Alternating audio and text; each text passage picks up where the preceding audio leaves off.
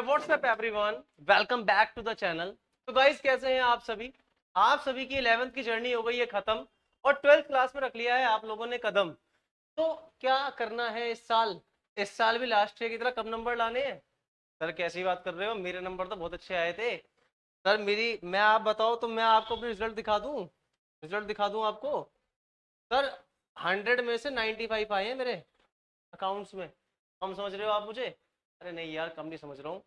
ठीक है, मैं आपसे एक बात कह रहा हूं कि हम लोग 11th क्लास को खत्म कर चुके हैं और 12th क्लास में कदम रख चुके हैं। ठीक है, अब एक बात ध्यान रखना सबसे ज्यादा कि क्लास 11th में हमारी अकाउंट्स की एक किताब थी, इसको हमें कंप्लीट करना होता था। और क्लास 12th में हमारे पास कितनी बुक्स है? 3 बुक्स हैं। तो हमें क्या करना है कि उन तीनों बुक्स को टाइमली कंप्लीट करना है और इस साल भी अपने अच्छे मार्क्स के रिकॉर्ड को बनाए रखना है। तो चलिए स्टार्ट करते हैं आज का बड़ा प्यारा सा लेक्चर जिसका नाम है अकाउंटिंग फॉर पार्टनरशिप। देखो बेटा, एक बात मैं बताऊं आपको। आपने अगर कभी कोई पेड़ देखा होगा ना कि बहुत हरा भरा है, बहुत घने पत्ते हैं, बहुत घना है, तो ध्यान रखना उसकी रूट्स मजबूत होती है। तो आप लोग क्योंकि क्लास 12th में आ चुके हो, आज डेट क्या है? आज डेट है हमारी 15 अप्रैल। अभी हम पे टाइम है, थोड़ा बहुत टाइम है हमारे पास। तो आपको क्या करना है कि चीजों को बेसिक से समझना है और हर एक चीज के अपने कॉन्सेप्ट को स्ट्रॉन्ग करना है। तो क्या करना है आपको? अपनी नोटबुक निकालें, पेन निकालें और लेक्चर्स के साथ बने रहें। क्योंकि जो आजकल आप लोगों की आदत हो गई है ना, one shot video, one shot video, तो उसमें कॉन्सेप्ट को क्लियर नहीं करते हो आप लोग। तो हमें क्या करना है कि हम थोड़ा थोड़ा पढ़ेंगे, बट कॉन्सेप्ट वाइज पढ़ेंगे और कॉन्सेप्ट को स्ट्रॉन्ग करके चलेंगे। ठीक है बेटा, देखो, अगर हम क्लास 12th की अकाउंटेंसी की बात कर दे तो क्लास 12th अकाउंट में आपकी कितनी बुक्स हैं? 3 बुक है, वॉल्यूम 1, वॉल्यूम 2 और वॉल्यूम 3। वॉल्यूम 1 आपकी पार्टनरशिप डिफाइन करती है, वॉल्यूम 2 आपका कंपनीज अकाउंट है और वॉल्यूम 3 आपकी फाइनेंशियल स्टेटमेंट ऑफ कंपनीज है, मतलब फाइनेंशियल अकाउंट है आपका। ठीक है, मैंने क्या बोला आपसे? बेटा वॉल्यूम 1 में हम कवर करेंगे पार्टनरशिप को। पार्टनरशिप क्या होती है? वॉल्यूम 2 में हम कवर करेंगे कंपनीज अकाउंट को। ठीक है, कंपनीज अकाउंट को हम कवर करेंगे। सॉरी, स्पेलिंग पे मत जाना, स्पेलिंग पे मत जाना दोस्तों, कहीं बोलो कि सर मैंने तो आपकी गलती पकड़ ली। ठीक है ना? तो यहां पर हम करेंगे पार्टनरशिप अकाउंट, यहां पर हम करेंगे बेटा कंपनीज अकाउंट। और ये क्या है? ये है हमारा फाइनेंशियल स्टेटमेंट का चैप्टर। मतलब इसमें हम आपको बताएंगे कि जो कंपनीज का शेड्यूल प्रॉफिट एंड लॉस होता है, ठीक है, वो सब कैसे बनाया जाता है। इसमें हम चैप्टर पढ़ेंगे कैश फ्लो क्या है, अकाउंटिंग रेशियो क्या है, ये सब हम पढ़ेंगे। तो इसमें हम फाइनेंशियल स्टेटमेंट के बारे में पढ़ेंगे।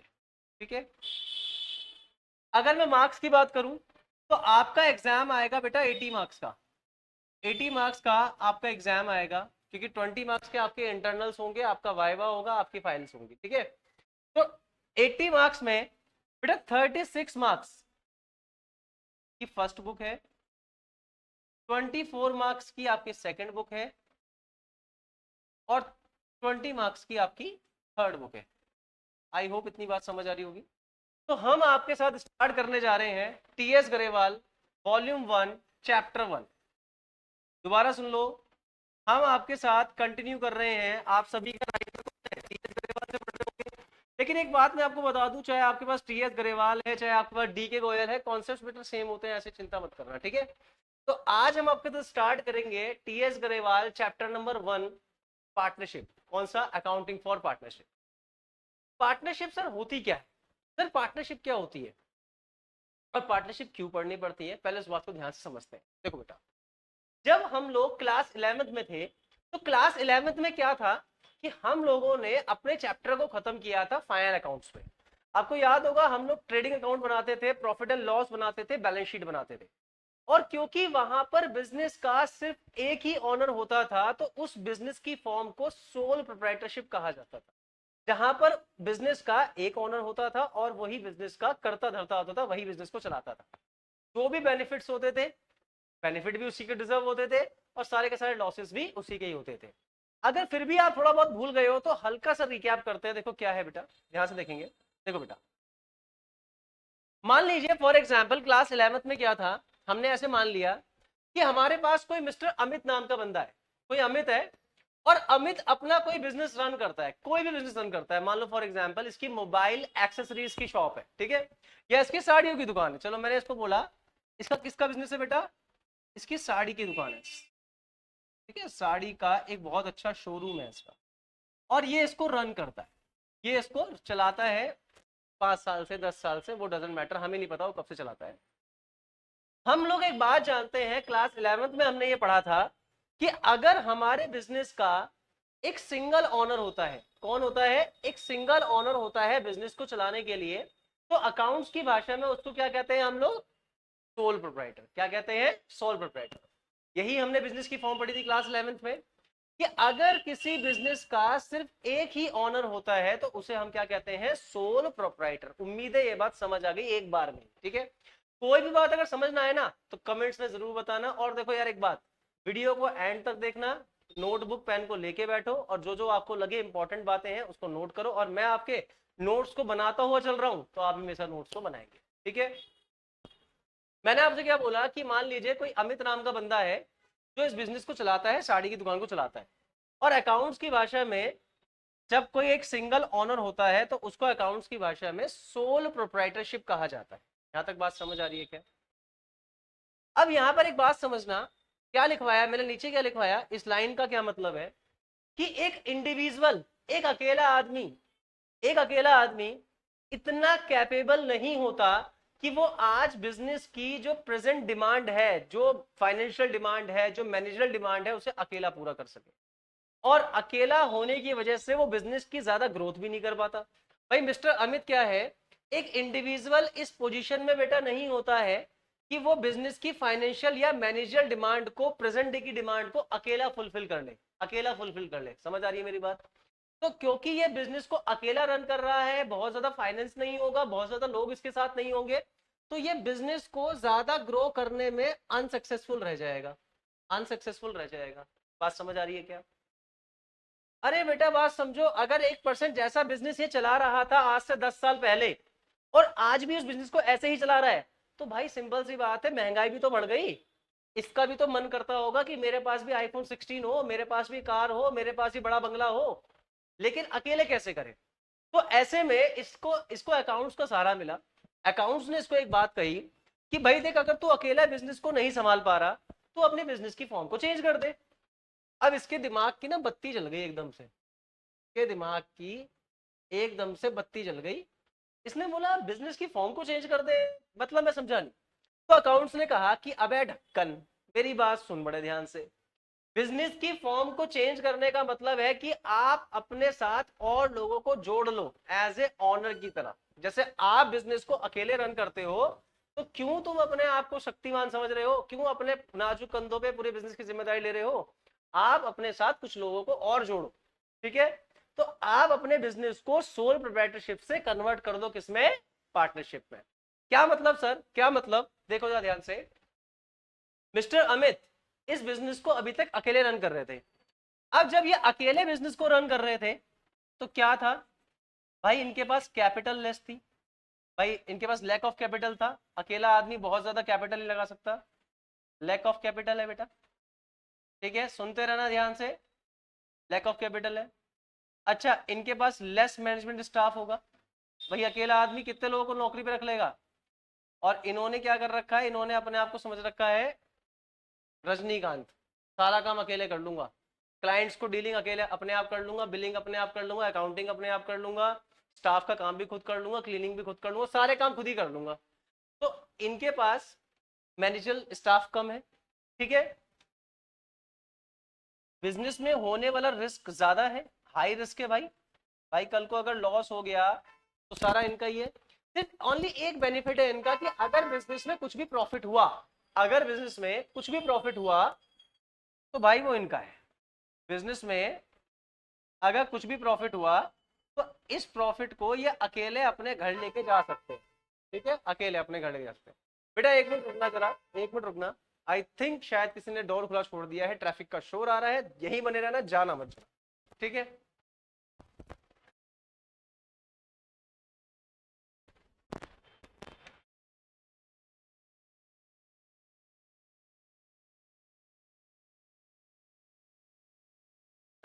तो दोस्तों, मेरे दोस्तों, माफ करना, आई थिंक किसी ने मेरा जो हमारा ऑफिस का गेट है वो खुला छोड़ दिया, तो ट्रैफिक का शोर आ रहा था बहुत। तो मैं क्या कह रहा था कि भाई अकेला आदमी का लेक ऑफ कैपिटल होता है, डिसीजंस अकेले आदमी के बहुत ज्यादा हम स्ट्रांग नहीं मान सकते, लेस मैनेजमेंट होता है, बिजनेस में रिस्क ज्यादा होता है, खाली एक ही चीज होती है कि प्रॉफिट अगर हुआ तो किसी के साथ बांटने की जरूरत नहीं है, आप उनको अपना घर लेके जाएंगे। तो ऐसे में क्या हुआ कि अब क्योंकि इनके साथ बहुत सारी चीजें की प्रॉब्लम आ रही थी और ये प्रेजेंट डे की डिमांड को पूरा नहीं कर पा रहे थे, तो उन्होंने डिसाइड करा कि हम अपने बिजनेस में कुछ लोगों को जोड़ेंगे। तो मिस्टर अमित गए अपने दोस्त किसी सुमित के पास, मिस्टर अमित का दोस्त है मिस्टर सुमित, जो कि इनके पास ये गए और इनसे बोला कि भाई सुमित यार, तू भी मेरे साथ बिजनेस करेगा क्या, मैं तुझे पार्टनर बनाऊंगा, प्रॉफिट में भी तेरे को हिस्सा दूंगा। तो मिस्टर सुमित ने बोला कि भाई ठीक है, मैं भी बिजनेस से पैसा लगाऊंगा और मैं भी तेरे साथ अब बिजनेस मिलके करूंगा। कहाँ मैं जॉब के लिए धक्के खाऊंगा यार, हम नौकरी करेंगे। ओ हम सॉरी सॉरी सॉरी, कि कहाँ मैं नौकरी के लिए धक्के खाऊंगा, हम अपना बिजनेस करेंगे, हम मालिक बनेंगे। तो मिस्टर अब कौन है, अब बेटा ये भी ओनर है, आपको बात समझ आ रही है कि ये भी ओनर है और अब ये भी ओनर है, यस या नो। तो जब बिजनेस में एक से ज्यादा ओनर होते हैं तो कंबाइंड वर्ड में इसको क्या कहते हैं बेटा, इनको बोलते हैं हम लोग पार्टनर्स। क्या कहते हैं मेरे बच्चे, पार्टनर्स कहते हैं। यहां तक बात आपको समझ आ रही होगी कि जिस बिजनेस को आज मिस्टर अमित अकेले चलाते हैं, आज इस बिजनेस को ये दोनों लोग मिलकर चलाएंगे। तो इसने क्या करा, इसने अपनी सोल प्रोप्राइटरशिप को कन्वर्ट कर दिया किसमें बेटा, पार्टनरशिप में। आप देख पा रहे हो कि सोल प्रोप्राइटरशिप को कन्वर्ट कर दिया किसमें, पार्टनरशिप में। पार्टनरशिप में आने के बाद इसके बेनिफिट्स क्या क्या हुए भाई, इंक्रीज इन कैपिटल हो गया, जो नया बंदा है वो भी तो कुछ कैपिटल लेके आया होगा, increase in capital. Number 2, business में रिस्क शेयर हो गया।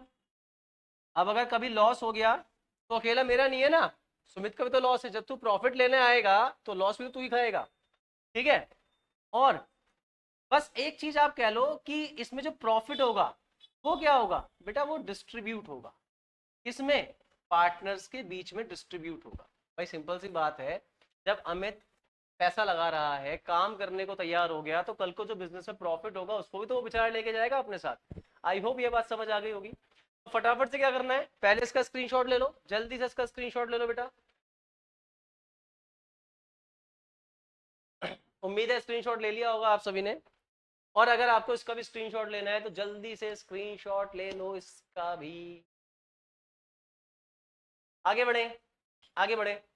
अब जब हम पार्टनरशिप में आ गए तो हमें कुछ पार्टनरशिप के ना नियम और कानून पढ़ने पड़ेंगे, नियम और शर्तें पढ़नी पड़ेंगी। सर क्या मतलब है आपका कहने का, अगर हम अपनी टीएस ग्रेवाल को ओपन करेंगे तो टीएस ग्रेवाल के अंदर आपको पहला कॉन्सेप्ट क्या दिखाई देगा, उसका नाम है इंट्रोडक्शन ऑफ पार्टनरशिप। सर क्या मतलब है इस बात का, देखो क्योंकि हम यहाँ पर बिजनेस की एक नई फॉर्म पढ़ रहे हैं, तो उसके जो भी रूल्स एंड रेगुलेशंस बने हुए हैं उसको हमें फॉलो करना पड़ेगा। क्योंकि अगर हम इन रूल्स को, इन रेगुलेशंस को फॉलो नहीं करते और हम किसी पार्टनरशिप बिजनेस में उतर जाते हैं बिना कुछ जाने, बिना कुछ पता करे, तो कल को अगर कोई भी प्रॉब्लम हुई तो भाई उसके जिम्मेदार सीधा आप हो और कोई आपका जिम्मेदार नहीं है। बात समझ आ गई क्या, समझ आ गया। लिखा नहीं होता जब हम कहीं जाते हैं तो सवारी अपने सामान का स्वयं ध्यान रखे, तो साफ सीधी बात है कि हर चीज का एक नियम कानून होता है, उसको आपको फॉलो करना पड़ेगा। सर क्या मतलब, बात समझेंगे, देखो बेटा, देखो बेटा, आपको सबसे पहले तो मेरे साथ क्या सीखना पड़ेगा कि पार्टनरशिप की डेफिनेशन क्या होती है, पार्टनरशिप की डेफिनेशन क्या होती है। देखो बेटा क्या है, according to Indian Partnership Act, ध्यान रखना, ध्यान रखना बेटा, एक छोटी सी बात ध्यान रखना, छोटी सी बात ध्यान रखना। हमारे इंडिया में पार्टनरशिप को लेकर, पार्टनरशिप बिजनेस को लेकर, पार्टनरशिप बिजनेस को लेकर एक एक्ट बनाया गया है, एक रूल बनाया गया है, एक रूल है पार्टनरशिप एक्ट, जो कि कब बनाया गया था, 1932 में। ये बात समझ आ गई क्या, और पार्टनरशिप एक्ट होता क्या है, ये इंडियन पार्टनरशिप डीड एक्ट क्या है, इसके बारे में डिस्कस करेंगे हाल फिलहाल की किसी, और इस पे पूरा लेक्चर क्या बनाना है, एक शॉर्ट वीडियो बनाएंगे उसमें आपको समझाएंगे, ठीक है। तो हमारे इंडिया में पार्टनरशिप के ऊपर एक कानून बनाया हुआ है जो कि 1932 के अंदर बनाया गया था, इसलिए इसको बोलते हैं इंडियन पार्टनरशिप एक्ट 1932। सर क्या कहते, उसने ये कहा, उसने ये कहा कि दोस्त partnership is a relationship, partnership is a relationship, ठीक है, partnership is the relationship between two or more person, between two or more person. इन बातों का ना मतलब है, इसलिए मैं इनको बॉक्स में कर रहा हूं बेटा, ये बात समझना। Partnership is the relation, partnership is the relation between two or more person who have agreed, who have agreed to share the profit of the business carried all by on any of them acting for all। क्या मतलब हो गया sir, पता नहीं क्या बोलते रहते हो यार आप। मैंने ये कहा पार्टनरशिप एक रिलेशन होता है, पार्टनरशिप एक रिलेशन होता है between two and more person, between two and more person. Partnership दो या दो से अधिक लोगों के बीच में एक रिलेशन होता है जो कि इस बात के लिए एग्री हो जाते हैं कि बिजनेस में होने वाला प्रॉफिट या बिजनेस में होने वाला लॉस हम उसको आपस में शेयर करेंगे। हम सब मिलकर चाहे बिजनेस को चलाएं या एक्टिंग, या एनी ऑफ देम एक्टिंग और फॉल का मतलब, sorry, any of them acting for all का मतलब ये होता है कि हमारे बिहाफ पर कोई बिजनेस को चलाए उसको पार्टनरशिप कहा जाएगा। सर दोबारा समझते हैं कि पार्टनरशिप एक रिलेशनशिप होता है, पार्टनरशिप एक रिलेशन होता है between two and more person, between two and more person, जो कि इस बात के लिए एग्री हो जाते हैं कि बिजनेस में होने वाला प्रॉफिट या लॉस को हम आपस में शेयर करेंगे। अब हो सकता है कुछ बच्चों के दिमाग में बड़ी क्यूरियोसिटी होती है कि सर कम से कितने पार्टनर हो सकते हैं एक बिजनेस में। मैंने कहा भाई अभी आप एक बात ध्यान रख लो कि अगर आपसे बोला मिनिमम नंबर ऑफ पार्टनर, एक बिजनेस में कम से कम मिनिमम कितने पार्टनर हो सकते हैं, तो और अगर हमें करना है maximum number of partner in a partnership business, तो आपका मैक्सिमम नंबर कितना है बेटा, 50। अभी आपको इतना ही समझना है और आई होप आपको ये बात समझ आ गई होगी। रिलेशन क्या है, टू एंड मोर पर्सन क्या है, एग्रीड क्या है, अभी इसके बारे में बताते हैं। विषय की तरह क्या करना है, अगर लिख लिया है तो अच्छी बात है, नहीं लिखा तो फटाफट से स्क्रीनशॉट लो और दोबारा सुन लो कि पार्टनरशिप एक रिलेशन है, पार्टनरशिप एक रिलेशन है between two and more person, between two and more person who have agreed to share the profit of the business। कि पार्टनरशिप एक रिलेशन है टू एंड मोर पर्संस के बीच में जो कि बिजनेस में होने वाले प्रॉफिट या लॉस को आपस में शेयर करने के लिए तैयार हो जाते हैं, इसी को बोलते हैं हम पार्टनरशिप की डेफिनेशन। तो जल्दी से क्या कर रहे हो, उसका स्क्रीनशॉट ले लो भाई।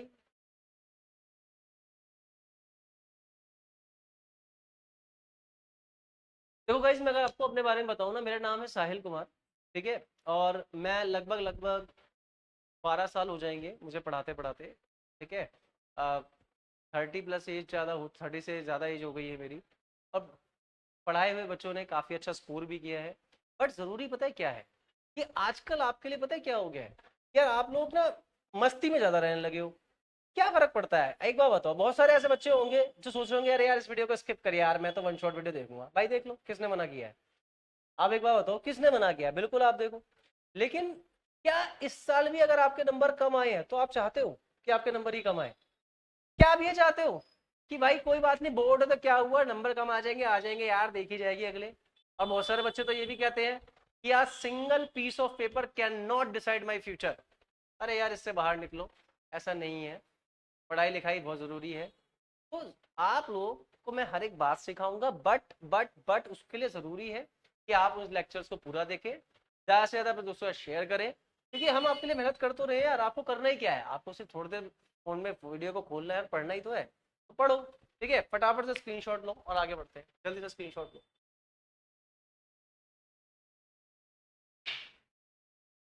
चलिए आगे बढ़ते हैं, आगे बढ़ते हैं।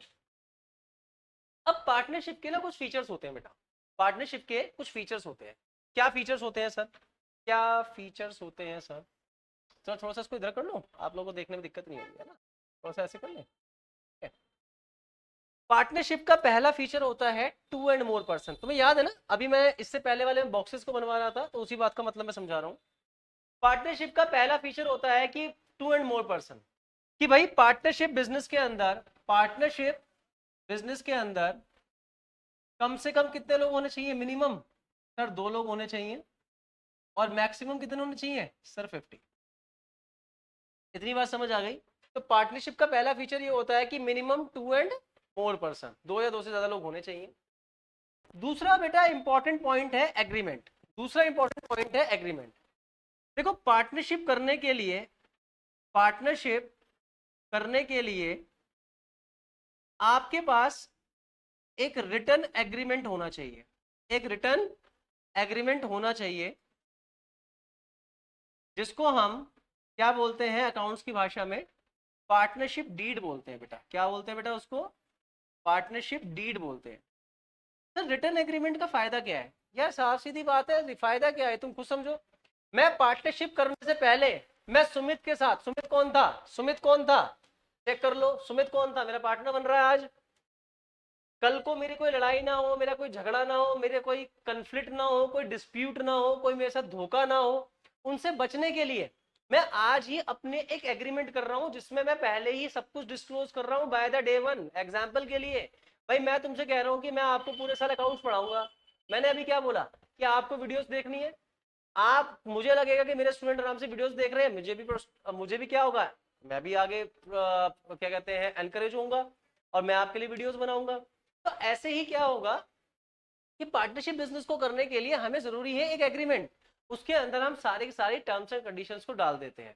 एग्रीमेंट क्या होता है अभी इसको भी मैं आपको समझाऊंगा, बट अभी क्या है कि हमारे लिए थोड़ा सा चीजों को समझना जरूरी है, आज इंट्रोडक्शन पार्ट है, ठीक है। तो पार्टनरशिप के अंदर एक रिटर्न एग्रीमेंट होना चाहिए जिसको अकाउंट्स की भाषा में हम पार्टनरशिप डीड कहते हैं। दूसरा बेटा हमारा बिजनेस लॉफुल होना चाहिए। हमारा बिजनेस लॉफुल होना चाहिए। सर लॉफुल बिजनेस से क्या मतलब है? बेटा लॉफुल बिजनेस से हमारा मतलब यह है कि कोई भी ऐसा बिजनेस ना हो जो लॉ की नजर में, मतलब कानून की नजर में या सोसाइटी की नजर में सही नहीं है। एग्जाम्पल के लिए मान लो मैं कोई एक ऐसा बिजनेस करता हूं जो कि सोसाइटी के लिए मेरे लिए बहुत खराब है। मेरे उस बिजनेस से एनवायरनमेंट को बहुत नुकसान पहुंच रहा है, एनवायरनमेंट खराब हो रहा है, पॉल्यूशन बढ़ रहा है उस बिजनेस से, तो वो बिजनेस लॉफुल नहीं माना जाएगा। तो सर जो केमिकल फैक्ट्रीज होती हैं बेटा उनकी एक स्टैंडर्ड होता है, उनका एक स्टैंडर्ड मानक होता है, उसी के अकॉर्डिंग उनको रिड्यूस करा जाता है, कितना कार्बन रिड्यूस कर सकते हो आप, ठीक है। तीसरी बात, चौथी बात कि चौथा फीचर क्या होता है? Sharing of profit. चौथा फीचर क्या होता है? Sharing of profit. कि बिजनेस में होने वाला प्रॉफिट या बिजनेस में होने वाला लॉस उसको एग्रीड रेशो में, मतलब जो भी पार्टनर्स हैं वो डिसाइड कर लेंगे कि प्रॉफिट को इक्वली बांटा जाएगा या किस रेशो में बांटा जाएगा। तो चौथा फीचर होता है sharing of profit. I hope इसमें कोई ऐसा कुछ लिखने वाली बात नहीं है, आप लोगों को समझ आ गया होगा। अब आपको एक बात ध्यान रखनी है, आपको एक बात ध्यान रखनी है इस चैप्टर के अंदर, इस चैप्टर में एक बात ध्यान रखनी है आपको। इस अकाउंटिंग फॉर पार्टनरशिप के अंदर मेरे बच्चे, अकाउंटिंग फॉर पार्टनरशिप में हमें दो ही बातें सीखनी है सिलेबस के लिए और एग्जाम्स के लिए। सर क्या क्या दो बातें सीखनी है बेटा? एक तो मुझे सीखना है profit and loss appropriation account, ये बहुत इंपॉर्टेंट है। Profit and loss appropriation account, एक तो मुझे बेटा ये सीखना है, ठीक है सर। और क्या सीखना है मुझे? और दूसरा मुझे सीखना है पार्टनर्स का, पार्टनर्स का कैपिटल अकाउंट और करंट अकाउंट। कैपिटल अकाउंट और करंट अकाउंट, मतलब मैं इस चैप्टर के अंदर ये दो बातें पहले बेसिक आपको पढ़ने के लिए बोलूंगा। उसके बाद पास्ट एडजस्टमेंट्स है, गारंटी प्रॉफिट है, वो भी टॉपिक्स हैं, बट आपके सिलेबस में आपको ये दो बातें पढ़नी है कि प्रॉफिट एंड लॉस एप्रोप्रिएशन क्या होता है और पार्टनर्स का कैपिटल या करंट अकाउंट को कैसे बनाया जाता है। सर ये क्या कह रहे हो, मतलब समझ नहीं आ रहा। मैंने कहा देखो एक बार वापस आते हैं, वापस आते हैं। जब हम क्लास 11th में थे बेटा, जब क्लास 11th में थे, मैं क्या बोल रहा हूँ, when all are you in class 11th, I'm sorry, when you were in class 11th, जब आप क्लास 11th में थे तो आपने एक चीज पढ़ी थी, उसको बोलते हैं फाइनल अकाउंट। क्या बोलते हैं बेटा उसको? Final account. फाइनल अकाउंट का मतलब वही trading account, profit and loss और बैलेंस शीट। होता क्या था, एक बार समझते हैं कि हमने कहां पे क्या खत्म किया था। बेटा आपको याद होगा कि हम लोग ना प्रॉफिट एंड लॉस अकाउंट बनाया करते थे। और profit and loss account, profit and loss account क्या होता है? एक नॉमिनल नेचर का अकाउंट होता है। सर कौन सा अकाउंट होता है?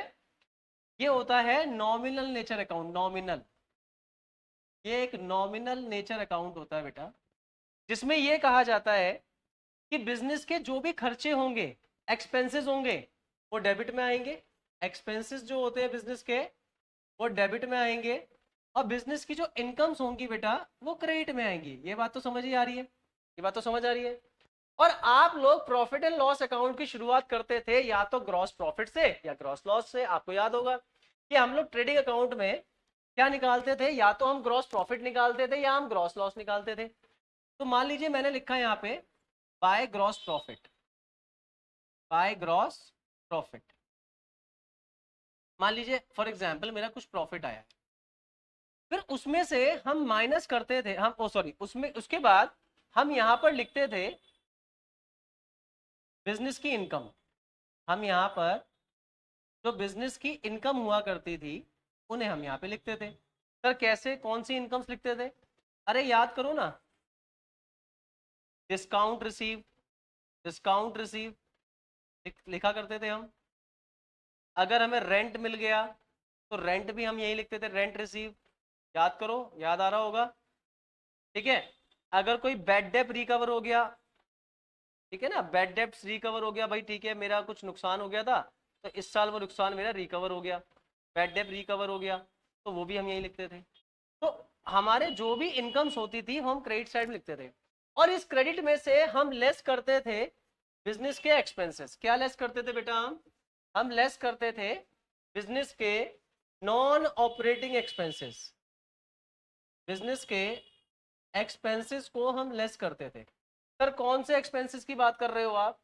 मैंने कहा बेटा जैसे सैलरी हो गई, हम पार्टनर हम एम्प्लॉयज को सैलरी देते थे, वो हम माइनस करते थे। मान लीजिए मेरा कुछ जर्नल एक्सपेंस हुआ, ट्रेड एक्सपेंस हुआ या जर्नल एक्सपेंस हुआ, वो भी हम माइनस करते थे। मान लीजिए मेरा कोई बैड डेप्स हो गया, वो भी हम माइनस करते थे। मेरा कोई डिप्रिसिएशन है, वो भी हम माइनस करते थे बेटा। उम्मीद है आप लोगों को ये बात समझ आ रही होगी। क्लास 11th में हम लोग करते थे। मेरा मेरा मकसद यहाँ पे ना प्रॉफिट एंड लॉस अकाउंट सिखाना नहीं है आपको, मैं आपको बता रहा हूँ कि क्लास 11th में हम क्या पढ़ाया करते थे। तो हमने क्या करा, फिर अगर हमने देखा कि अगर आपकी इनकम ज्यादा है, अगर आपकी इनकम ज्यादा है और आपका एक्सपेंस कम है, तो हमारा क्या निकलता था बेटा? हमारा निकलता था टू नेट प्रॉफिट। क्या निकलता था? Net profit. यहां तक तो बात समझ ही आ रही होगी। हम लोग यहाँ पर नेट प्रॉफिट को फाइंड आउट कर लेते थे। अब होता यह था कि क्योंकि मैं उस बिजनेस में एक सिंगल ओनर था, तो मेरा जो भी प्रॉफिट होता था मुझे किसी के साथ भी डिस्ट्रीब्यूट करने की जरूरत नहीं होती थी। लेकिन क्योंकि मैं अब एक पार्टनरशिप में हूं, मेरे साथ कोई और भी जुड़ा हुआ है बिजनेस में, तो मुझे जरूरत है इस प्रॉफिट को सही तरीके से बांटने की पार्टनर्स के साथ। तो पार्टनर्स के साथ प्रॉफिट को बांटने के लिए जो एक और अकाउंट बनाया जाता है उसको बोलते हैं profit and loss appropriation account. बेटा ये बनाया जाता है एम्प्लॉइज के लिए या आउटसाइडर्स के लिए, लेकिन प्रॉफिट एंड लॉस एप्रोप्रिएशन बनाया जाता है पार्टनर्स के लिए। किसके लिए बनाया जाता है बेटा? पार्टनर्स के लिए। यहां तक बात समझ आई? अच्छा एक बात और सीख लो मेरे साथ। हम लोग क्लास 11th में और क्या करते थे, हमारी बैलेंस शीट होती थी, तो बैलेंस शीट में हम लिखते थे यहाँ पे कैपिटल। क्या लिखते थे हम? कि ऑनर की कैपिटल क्या है, और अगर हमें नेट प्रॉफिट हुआ, अगर हमें नेट प्रॉफिट हुआ तो उसे हम ऐड करते थे, और अगर नेट लॉस हो गया तो उसे हम लेस करते थे। यहां तक बात समझ आ रही है? और हम यहां पर लेस कर देंगे अगर हमने बिजनेस में से कोई ड्राइंग्स करी है तो। देखो क्लास 11 पढ़ाने का एक मेन ही रीजन ये है कि आपको ना कॉन्सेप्ट समझ आए थोड़ा सा। लेकिन मैं बार बार एक बात कह रहा हूं, क्योंकि अब हम अकेले नहीं हैं, हमारे साथ कोई और भी जुड़ चुका है, तो इसीलिए हमें इसके बाद एक अकाउंट और बनाना पड़ेगा, इसी का एक भाई और बनाना पड़ेगा, जिसको बोलते हैं प्रॉफिट एंड लॉस एप्रोप्रिएशन। उम्मीद है ये बात समझ आ रही होगी। तो फटाफट से बिना टाइम वेस्ट करे इसका स्क्रीनशॉट लो और आगे बढ़ते हैं।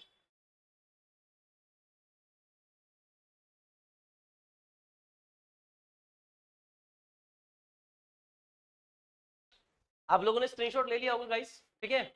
अब मैं आपके साथ एक और टॉपिक डिस्कस करूंगा आज, जिसका नाम है profit and loss appropriation account. मैं क्या आपके साथ डिस्कस करने वाला हूं? Profit and loss appropriation account में आपके साथ डिस्कस करने वाला हूं, ठीक है। मैं आपके साथ डिस्कस कर रहा हूं profit and loss appropriation account, ठीक है। स्पेलिंग पे मत जाओ यार, ठीक है, स्पेलिंग पे मत जाओ, ठीक है। क्या मतलब है सर, क्या मतलब है? देखो डेफिनेशन के अकॉर्डिंग ये कहते हैं कि profit and loss appropriation, appropriation is an extension of, is an extension of profit and loss account. भाई बेसिकली ये कहा जाता है कि profit and loss account profit and loss का ही एक्सटेंशन पार्ट है। Profit and loss appropriation profit and loss का ही एक एक्सटेंशन पार्ट है। यहाँ तक एक बात समझना, जब तक ये फोन ना बज जाए ना तब तक वीडियो हमारी पूरी कहाँ होती है। एक मिनट इसको साइलेंट कर देंगे, एक मिनट के लिए।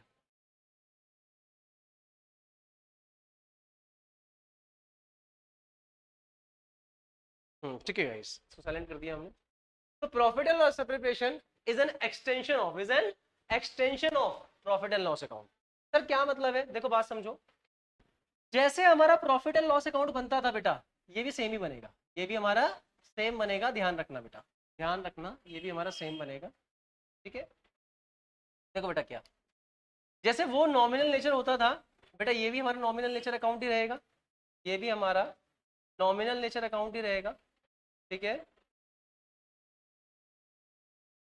ये भी हमारा नॉमिनल नेचर अकाउंट ही रहेगा।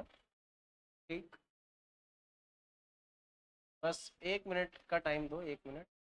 ये लो सर, ये कौन सा अकाउंट है बेटा? ये है हमारा profit and loss appropriation account है हमारा, जिसमें ये खर्चे की साइड डेबिट और ये क्रेडिट। ये हमारा पर्टिकुलर हो गया बेटा, रुपीस, पर्टिकुलर रुपीस। अच्छा, कोई भी अकाउंट किसके पॉइंट ऑफ व्यू से बनता है? बिजनेस के पॉइंट ऑफ व्यू से बनता है, फर्म के पॉइंट ऑफ व्यू से। तो एक बात ध्यान रखना, एक बात ध्यान रखना, बिजनेस को जो भी चीज पे करनी पड़ेगी, बिजनेस को जो भी, बेटा एक मिनट होल्ड करना।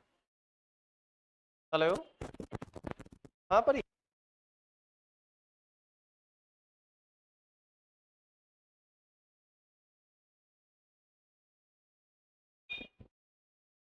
गाइस एक मिनट का होल्ड करो बस, वापस आते हैं, जब तक थोड़ा सा इसको बनाओ बैठ के। ठीक है, जल्दी से बनाओ, बनाओ बनाओ।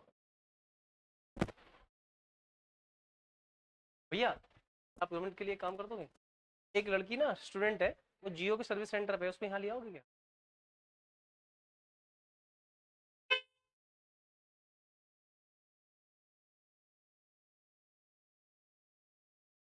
चलो मैं करता हूँ, चलो एक मिनट।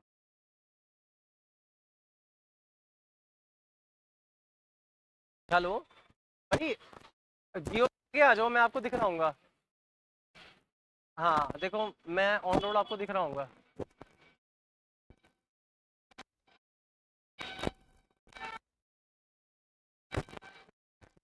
आपने वगैरह पहन रखी है?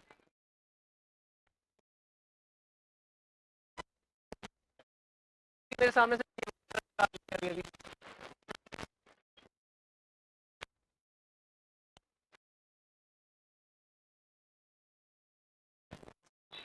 मैं दिखा, मैंने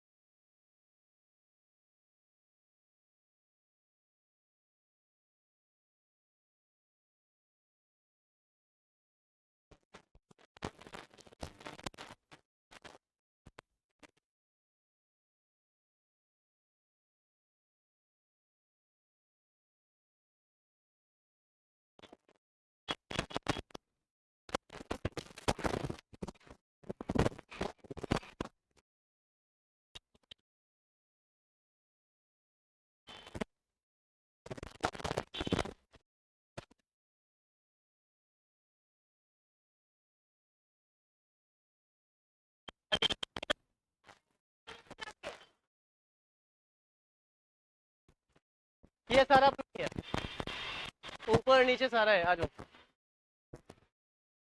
अरे बंद कर रखा है तो मैं खोलता हूँ, खोल।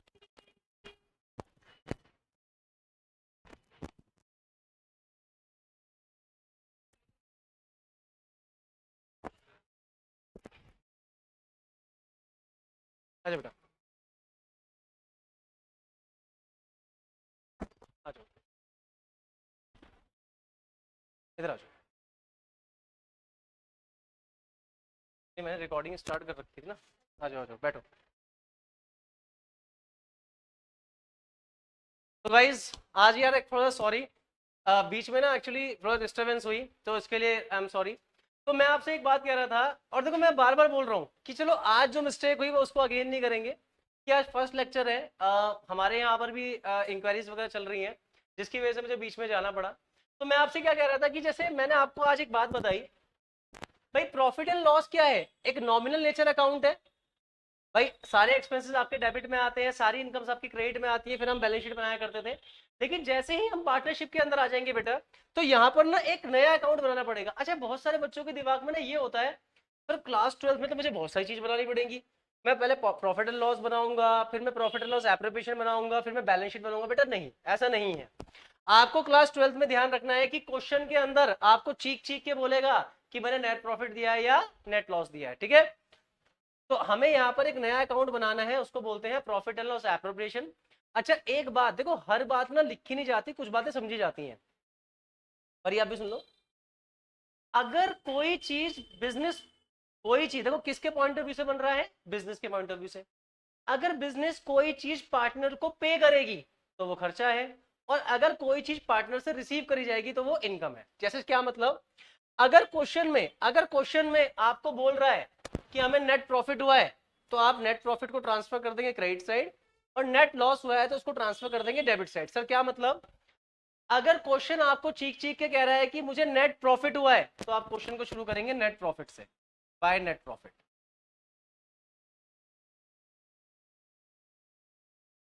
और अगर हमें नेट लॉस हुआ है तो हम लिखेंगे टू नेट लॉस।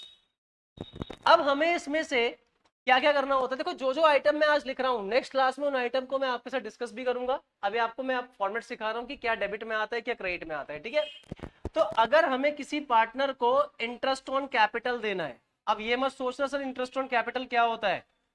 आप सभी को साहिल सर की क्लास में ये बात ध्यान रखनी है कि नेक्स्ट लेक्चर में मैं आपके साथ हर एक पॉइंट को डिस्कस करने वाला हूं, हमारी थ्योरी क्लास होने वाली है। तो पहला काम क्या है कि चीजों को ध्यान से सुनेंगे। अगर बिजनेस में पार्टनर्स को इंटरेस्ट ऑन कैपिटल देना है, पार्टनर्स को इंटरेस्ट ऑन कैपिटल देना है, तो बेटा वो हमारे लिए खर्चा है, बिजनेस के लिए कहां पर आएगा, डेबिट में आएगा। अगर हमें सैलरी पे करनी है, सैलरी टू सैलरी, तो बेटा ये भी डेबिट में आएगा। अगर हमें कमीशन पे करना है बेटा, किसी पार्टनर को कमीशन पे करना है, तो बेटा ये डेबिट में आएगा, ठीक है।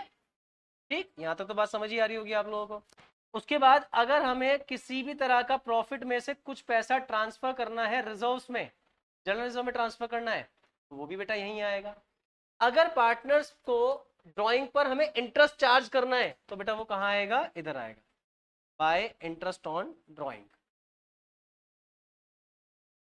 जिस जिस पार्टनर ने ड्राइंग करी है उस ड्राइंग पे हम लोग इंटरेस्ट को चार्ज करेंगे। बात समझ आ रही है क्या, बात समझ आ रही है क्या, कमेंट्स के अंदर जल्दी से बता दो बात समझ आ रही है नहीं आ रही। और किसी बच्चे को अगर डाउट है ना यार, देखो बात समझो, अगर किसी बच्चे को कोई भी डाउट होता है तो प्लीज कमेंट्स में आप हमें बताया करें कि सर हमें कौन सा पॉइंट क्लियर नहीं है, ताकि मैं नेक्स्ट लेक्चर में उस चीज को आपके साथ डिस्कस कर सकूं, ठीक है। तो मैं आपसे एक बात कह रहा हूं, सेम वही कहानी पहले वाली, पहले वाली वही कहानी आपकी जुबानी, ठीक है। सर क्या मतलब, भाई अगर इनकम ज्यादा है, एक्सपेंसेस कम है, तो प्रॉफिट आएगा डिविजिबल प्रॉफिट, क्योंकि ये नेट प्रॉफिट नहीं है, ये डिविजिबल प्रॉफिट है, ये पार्टनर्स में बांटा जाएगा। तो बेटा इनकम ज्यादा है, एक्सपेंसेस कम है, थोड़ा छोटा कर दें इसको, छोटा बाबू नन्ना सा, ठीक है, थोड़ा छोटा कर देते हैं इसको।